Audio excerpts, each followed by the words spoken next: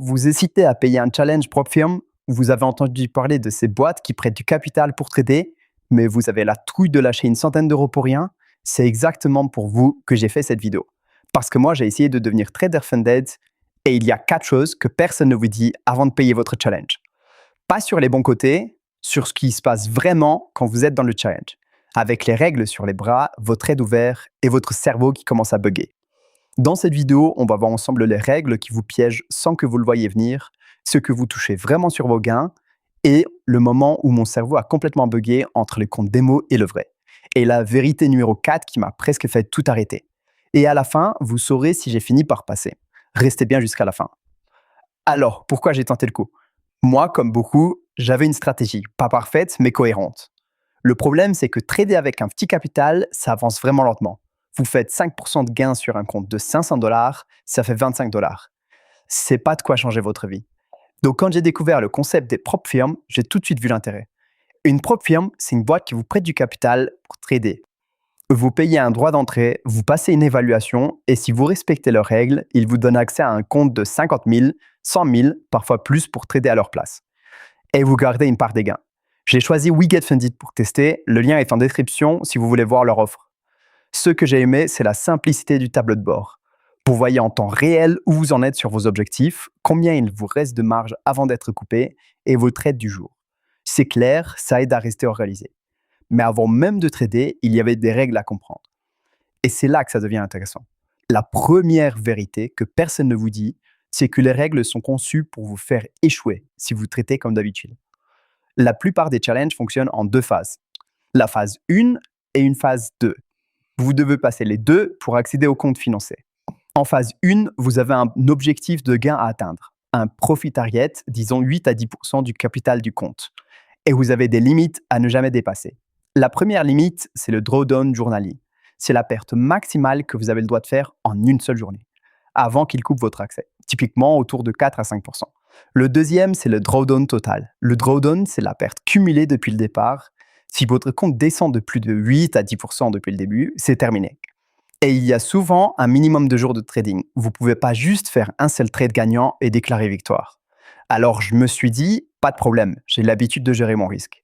Sauf que le jour 1, j'ai fait exactement ce que j'ai fait toujours sur un compte démo. J'ai pris un trade avec une taille de position normale pour moi. Sauf que là, sur un vrai compte de challenge, cette taille représentait presque 2% du capital. Et j'ai perdu ce trade. Tout de suite, j'ai bouffé la moitié de mon drawdown journalier autorisé. Et c'est là que j'avais vraiment pas compris la pression des règles. Chaque erreur coûte cher, vraiment cher. Si vous passez un challenge, la première chose à faire, c'est recalculer votre taille de position en fonction du drawdown autorisé, pas en fonction de vos habitudes. Sinon, vous êtes éliminé sans même avoir compris pourquoi. Vous avez déjà tenté un challenge pour firme? Racontez-moi en commentaire, ça aide vraiment YouTube à pousser ce genre de contenu et moi, ça m'intéresse de savoir où vous en êtes. La deuxième vérité, c'est ce que vous touchez vraiment et le vrai coût si vous échouez. On entend souvent parler du profit split, c'est-à-dire la part des gains que vous gardez. La plupart des propres firmes proposent entre 80 et 90% pour le trader. Ça veut dire que si vous générez 1000 dollars de gains sur votre compte financé, vous en gardez 800 à 900. Ça paraît énorme par rapport à près des seuls, mais voilà, ce qu'on vous dit moins. D'abord, payez le challenge une centaine de dollars, parfois un peu plus, selon la taille du compte, et la propre firme, c'est votre coût d'entrée. Si vous échouez, il faut payer à nouveau pour recommencer. Certaines propres firmes proposent des resets à prix réduit, d'autres non. Et les gens qui recommencent 2, 3 fois sans changer leur approche, ils finissent par avoir dépensé bien plus qu'ils pensaient risquer au départ. Donc le vrai coût d'un challenge, c'est pas juste le prix d'entrée. C'est le prix d'entrée multiplié par le nombre de tentatives avant de comprendre les règles. Moi, j'ai vraiment compris ça après ma première tentative ratée. Et ça m'a forcé à être beaucoup plus sérieux sur ma deuxième passe.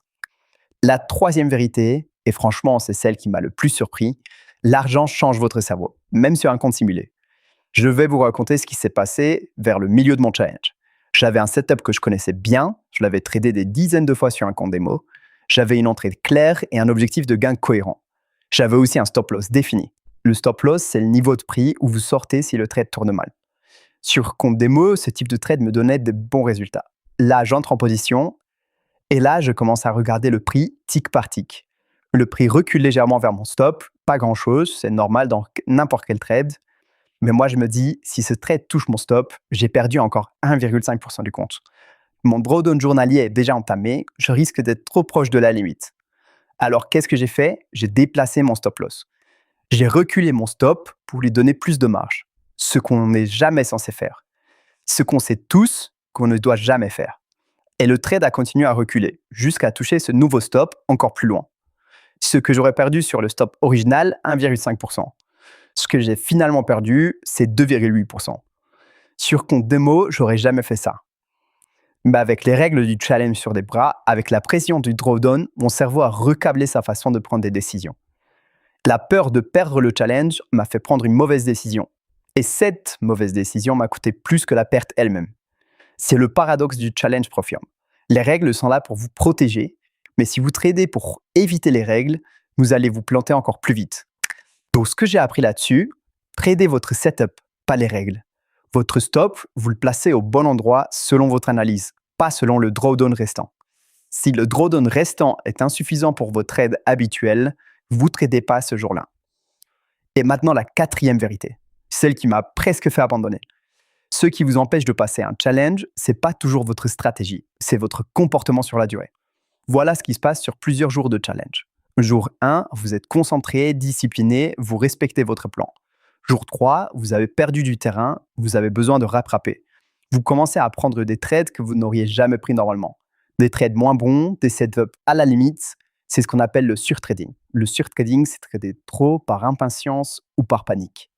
Jour 5, vous fermez des positions trop tôt parce que vous avez peur de les voir se retourner. Vous coupez vos gagnants avant qu'ils atteignent leur objectif. Vous laissez courir vos perdants parce que vous espérez qu'ils reviennent. Et tout ça, c'est exactement l'inverse de ce qu'il faut faire. Moi, j'ai eu une journée en particulier où j'ai pris 4 trades, pas parce que j'avais 4 bons setups, parce que j'avais besoin de me sentir actif, de faire quelque chose pour rattraper les pertes de la veille. Résultat, 2 trades break-even, un petit gagnant, un perdant, qui a effacé tout le reste. Cette journée-là, j'ai failli tout arrêter parce que j'ai réalisé que mon problème n'était pas ma stratégie. C'était ma capacité à rester discipliné jour après jour, sous pression, avec les règles qui changent ma façon de prendre les décisions. Et c'est pour ça que la plupart des gens échouent leur challenge. Pas parce qu'ils ont une mauvaise stratégie, parce qu'ils n'ont pas encore tradé sous pression réelle. Le challenge Profium, c'est un entraînement autant qu'une évaluation. Alors, est-ce que j'ai fini par passer? Alors honnêtement, voilà ce qui s'est passé. Ma première tentative, j'ai échoué. Pas à cause d'une stratégie nulle, à cause de l'erreur du jour 1, sur la taille des positions, et de la journée de surtrading à mi-parcours. Après ça, j'ai revu ma feuille de route, j'ai réduit ma taille de position par défaut, j'ai imposé une règle, maximum 2 trades par jour.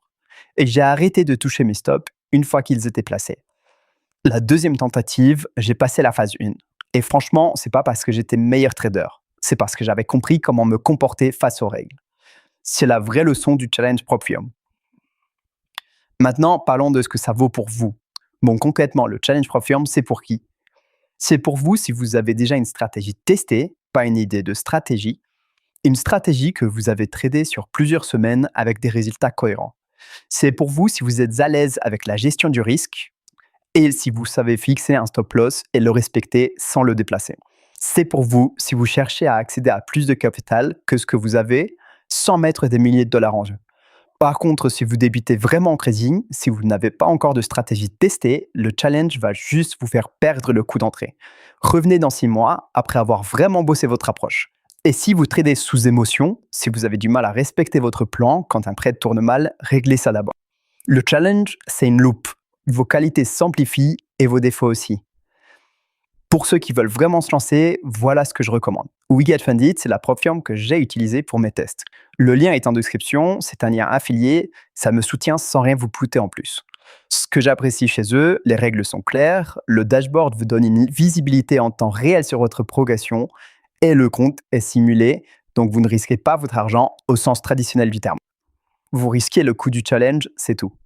Si vous voulez comprendre concrètement à quoi ressemble un challenge avant de payer, allez voir leur site. Regardez les règles du compte qui correspondent à votre niveau et comparez ça à votre discipline actuelle.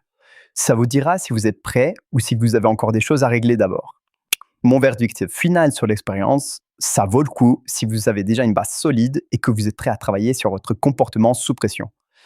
Ça vaut pas le coup si vous cherchez juste un raccourci pour gagner plus d'argent. Vous allez juste payer plusieurs fois pour apprendre des leçons que vous auriez pu apprendre gratuitement sur un compte démo.